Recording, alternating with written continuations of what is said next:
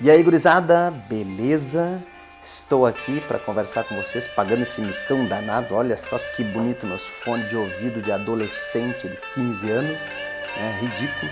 Paguei caro para dedéu, todo cheio de Bluetooth e wireless, não sei o que. Agora eu tenho que ficar usando este fio por causa do microfone. Alô, alô, tá escutando bem aí? Espero que esteja.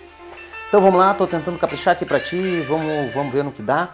Esse comentário do material que eu disponibilizei pra ti, tu já pode ter olhado esse material, ou pode olhar depois, ou mesmo enquanto eu converso contigo. E eu vou tecer comentários sobre ele, né, para facilitar um pouquinho aí a tua apreensão disso tudo. Beleza? Vamos lá então.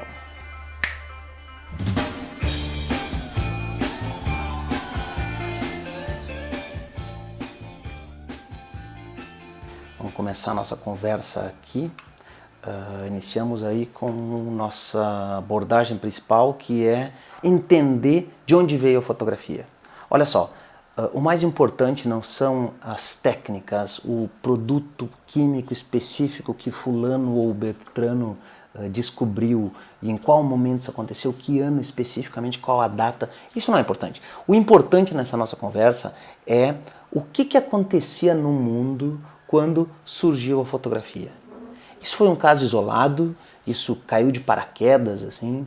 Por que é que a humanidade, por que é que nós, pessoas, inventamos a fotografia?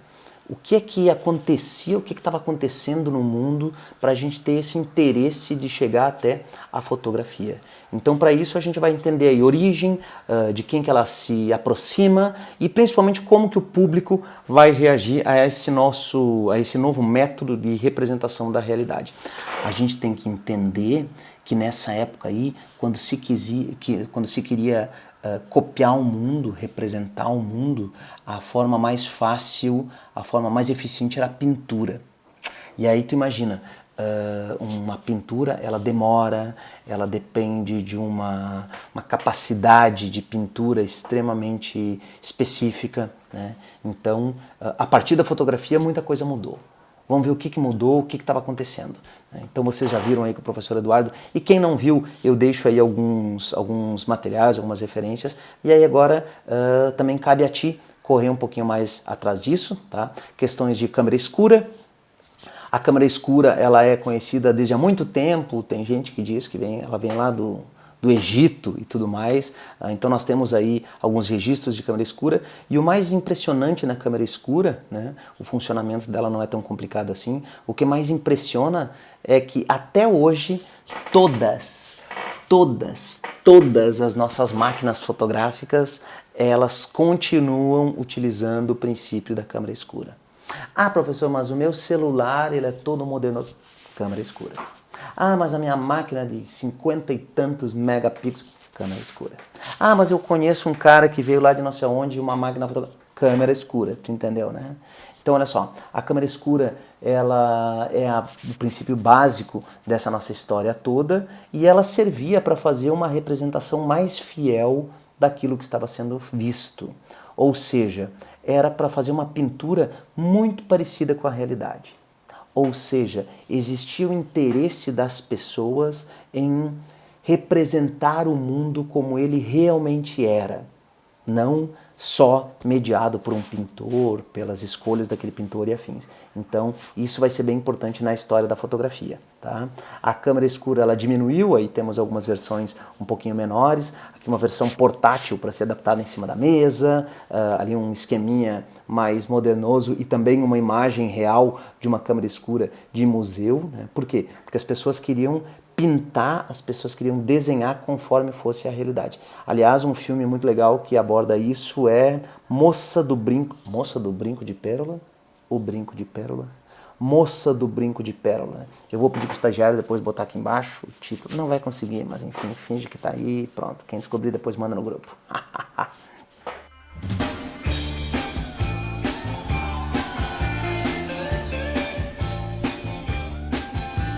Eu postei ali para ti também o trabalho de um fotógrafo contemporâneo que utiliza de uma forma bastante criativa a câmera escura, então dá uma olhadinha no material dele lá depois, o Abelardo Morel, ele tem trabalhos de câmera escura em cidades turísticas. E olha só que legal, cara. A proposta dele foi viajar mundo afora para fotografar as cidades turísticas como ninguém nunca havia fotografado. Olha que massa! Tá aí o trabalho dele, veja mais algumas imagens lá.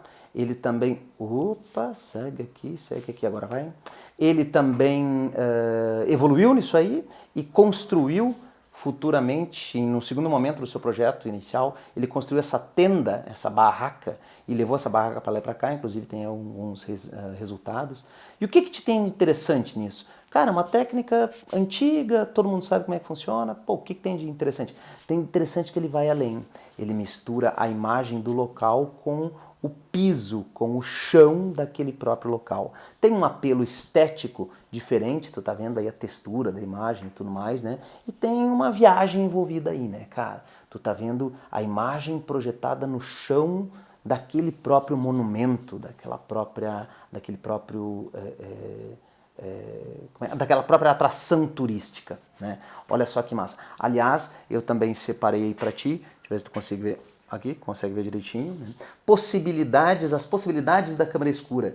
O livro que eu comprei esses tempos, aliás, olha que legal, ele tem um furinho ali, daí abre aqui, ó, aqui é uma câmera escura, pegou, viu só? Entendeu? Esse aqui é o livro, né? Olha aqui que legal, possibilidades da câmera escura. O meu é autografado, olha só que bonito, pela Ana. A conheci no evento de fotografia em Tiradentes, que foi cancelado agora por motivos sabidos, né? Então aqui a pesquisadora Ana, ela é fotógrafa e pesquisadora também, ela juntou uma galera que trabalha com câmera escura Brasil afora. Olha que legal! Muita coisa legal aqui, muita coisa massa, alguns apenas abordagens históricas. Olha só que maluco, espero que tu esteja vendo alguma coisa aí. Olha aqui, nudes.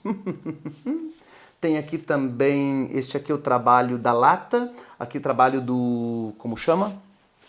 Aliás, cabe você procurar aí também o trabalho do nosso amigo Ricardo Ranchel, do Cidade Invertida. Devia postar aí, né? Alguém procura, por favor, e larga no grupo aí pra nós. Vai lá, Câmera Invertida. Um fotógrafo, gente boa, que fotografa num trailer, Brasil afora, muito legal. Nosso amigo já.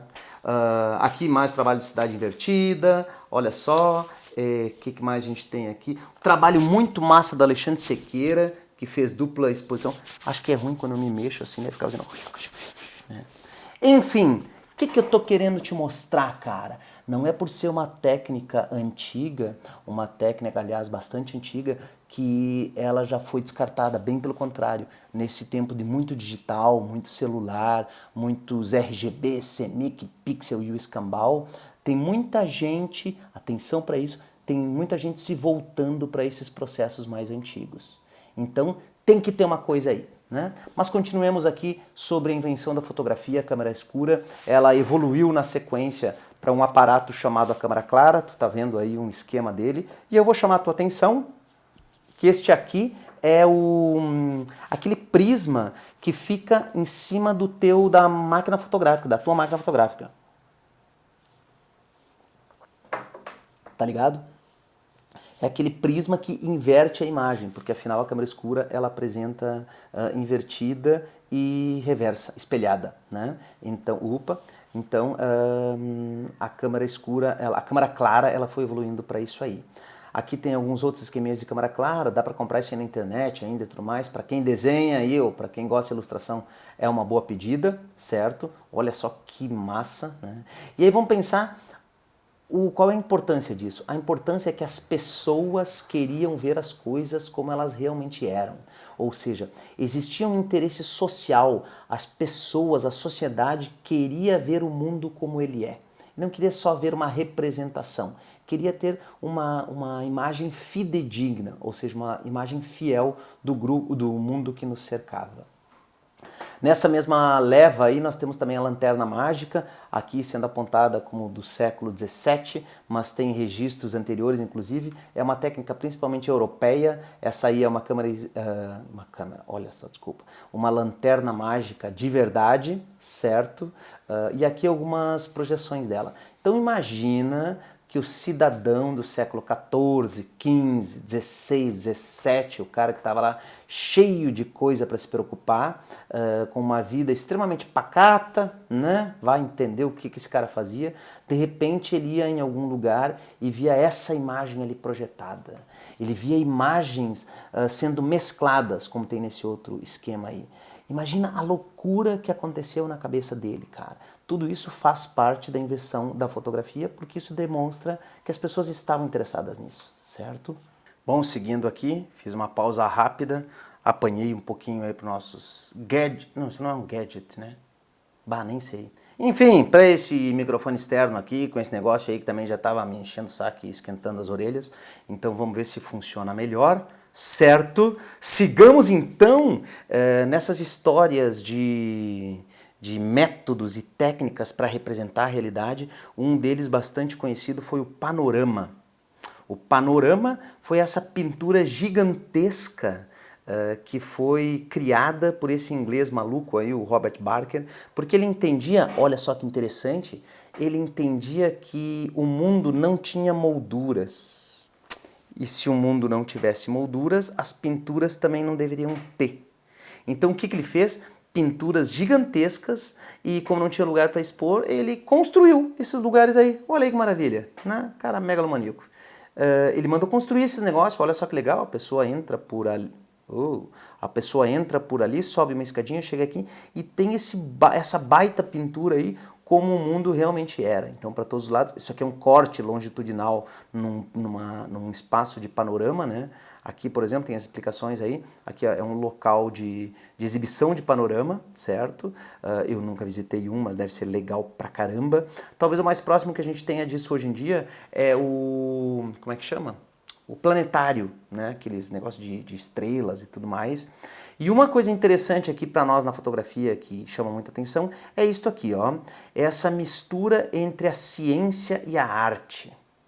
Isso causou grandes controvérsias aí depois, porque afinal a arte ela tinha que ser pura, ela não poderia se corromper pela ciência.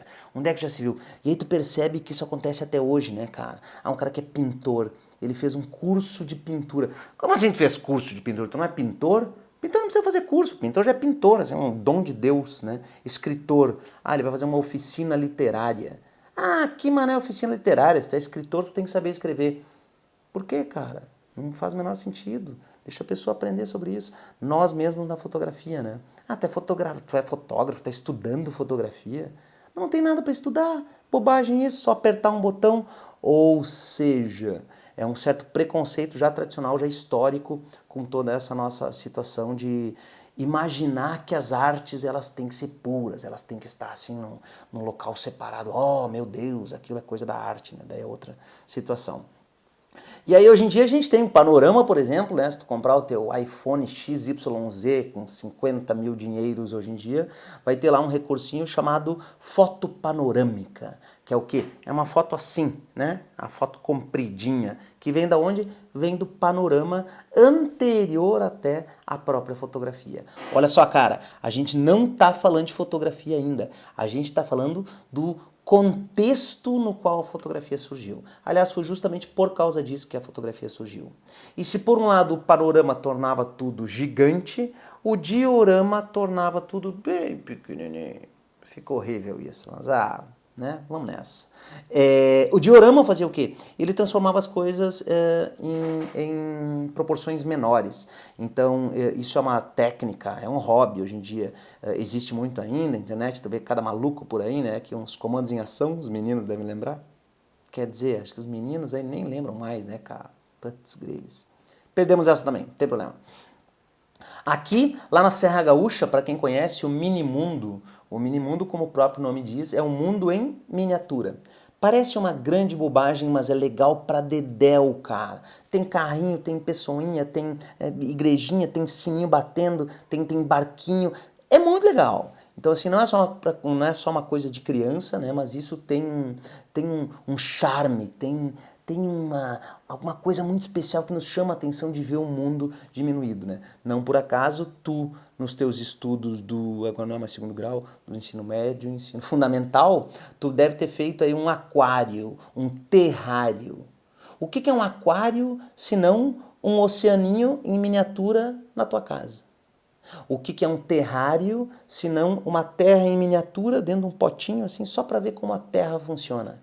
Era isso que o diorama prometia ou tentava buscar e tudo mais. E aí no diorama a gente faz um link bastante contemporâneo, que é esta técnica, estas fotos tilt-shift ou tilt and shift. Elas são feitas de diversas maneiras, mas principalmente com essa lente legal, além de linda, cara para dedéu, né? Uma lente que, enfim, pessoas que estão chegando na fotografia, preparem seus bolsos, né? Equipamento fotográfico ele é caro mesmo, e esse aí, sendo específico, sendo muito especial para usos muito especiais, ele vai ser também um equipamento valorizado especialmente. Então, tem aí postado alguns links sobre tilt shift, com alguns exemplos, inclusive explicações técnicas da lente. Então dá uma olhadinha aí que na sequência a gente vai utilizar isso, tá? E para finalizar também alguns exemplos práticos do uso do tilt shift. Esse aí um fotógrafo brasileiro, o Cláudio Edinger, um cara das antigas já, e que utiliza essa técnica de tilt shift para fotografar o mundo inteiro, certo? Aí alguns livros dele, dá mais uma conferida para conhecer o trabalho desse cara. E é com isso, meu caro estudante de fotografia, que a gente vai querendo entender o contexto no qual a fotografia surgiu. Olha só, a gente nem falou de fotografia ainda, mas tudo isso já está contribuindo para isso que a gente vai chamar de estética fotográfica. Ou seja, o que era considerado belo, quais eram os parâmetros de representação da fotografia quando ela surgiu. Eu tentei te mostrar muito brevemente que outros métodos e outras técnicas também contribuíram para esse ambiente bastante rico para o surgimento da fotografia. Tá? Então nós estamos aí na Revolução Industrial, cheio de invenção, descoberta, química, física, ótica, para tudo que é lado, e isso vai culminar no surgimento da fotografia, e isso não foi de graça. Tá? Eu tentei te mostrar rapidamente que as pessoas estavam interessadas por isso. O mundo, as pessoas queriam ver o mundo retratado como ele realmente é. É nesse contexto que surge a fotografia, que é o que a gente vai continuar conversando daqui a pouquinho. Beleza? Abraço!